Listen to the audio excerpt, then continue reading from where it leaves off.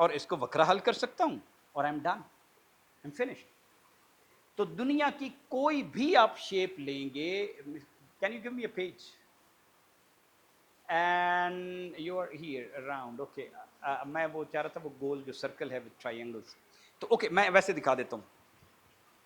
تو میرے پاس اگر ایک صفحہ ہے for example can you give me a small page anybody. ہاں تو کچھ پیج تو ویسے بھی رکھا کریں، ضرورت ہر وقت پڑتی ہے. دیکھیں یہ پیج ہے نا. Thank you. اب یہ ایک سلنڈر ہے. تو ہمارا بچہ جو وے وی ور ٹاٹ وہ سلنڈر کا فارمولا ہوتا ہے، یاد کر کے آنا 2 پائی آر ضرب ایل یا ایچ ایسے لکھا ہو تو لینتھ اور 2 پائی آر از ریڈیس. ٹھیک. اب سوچیں کہ اسی کو اگر میں سیدھا کرتا تو یہ کیا تھا؟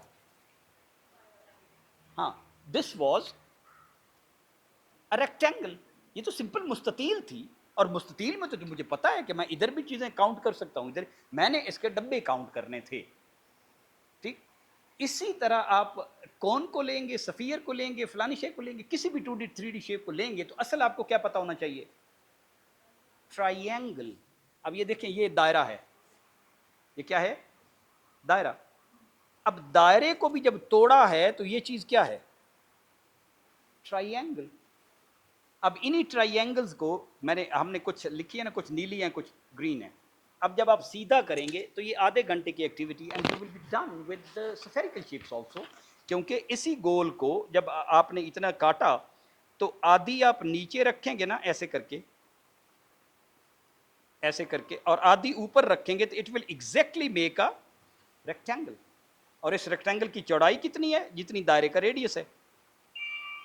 اور اس کی لمبائی کتنی ہے؟ جتنا ہاف آف دا یہ ہے. اور یہ ہاف کتنا ہے وہ آپ کو سمجھ آ جائے گا کہ یہ تو ریڈیس سے تقریباً 3 گنا زیادہ ہے یا اس سے. ٹھیک. تو اس کا مطلب ہے دائرہ کہاں سے آتا ہے؟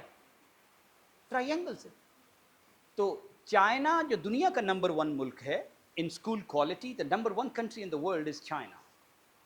ویسٹ کا اور امریکہ کا سسٹم کسی بھی کھاتے میں نہیں ہے compare to China, right, when it comes to school quality. ہاں یونیورسٹی ان کی بہت اچھی. تو چائنا کا بچہ یا سنگاپور کا بچہ صرف ایک ٹرائینگل کے فارمولے جانتا ہے یا طریقے جانتا ہے، فارمولے اس کے بھی نہیں جانتا، اونلی طریقے.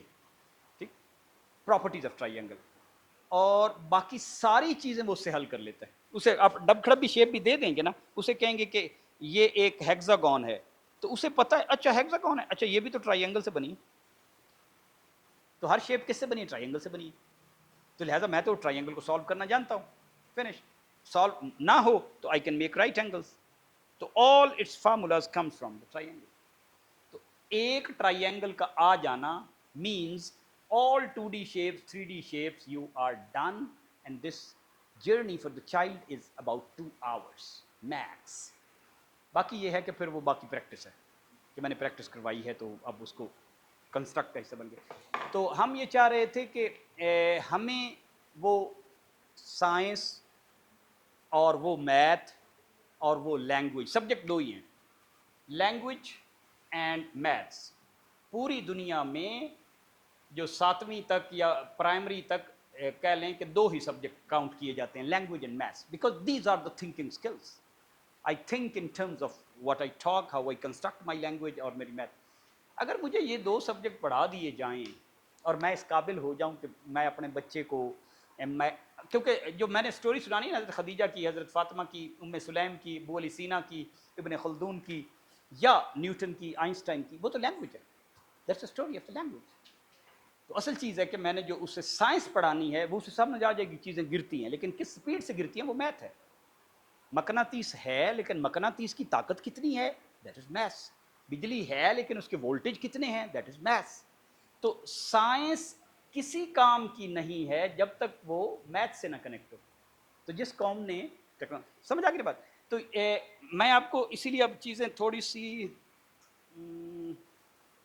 ڈو وی ہیو دس بتانا یہ چاہ رہا تھا کہ یہ جو اب سائنس کی بھی میں اسی طرح آپ کو فریم ورک بتا رہا ہوں کہ سائنس کا فریم ورک جو ہے نا یہ اس سے بھی مختصر ہے. انسان نے آج سویرے تک 3 فورسز، گریوٹی، میگنیٹزم اور نیوکلیئر. میگنیٹزم کو پورا لکھے تو الیکٹرو میگنیٹزم ہے. ٹھیک. کسی زمانے میں انسان سوچتا تھا کہ 4 فورسز ہیں، پھر کچھ سائنسدان آئے، انہوں نے کہا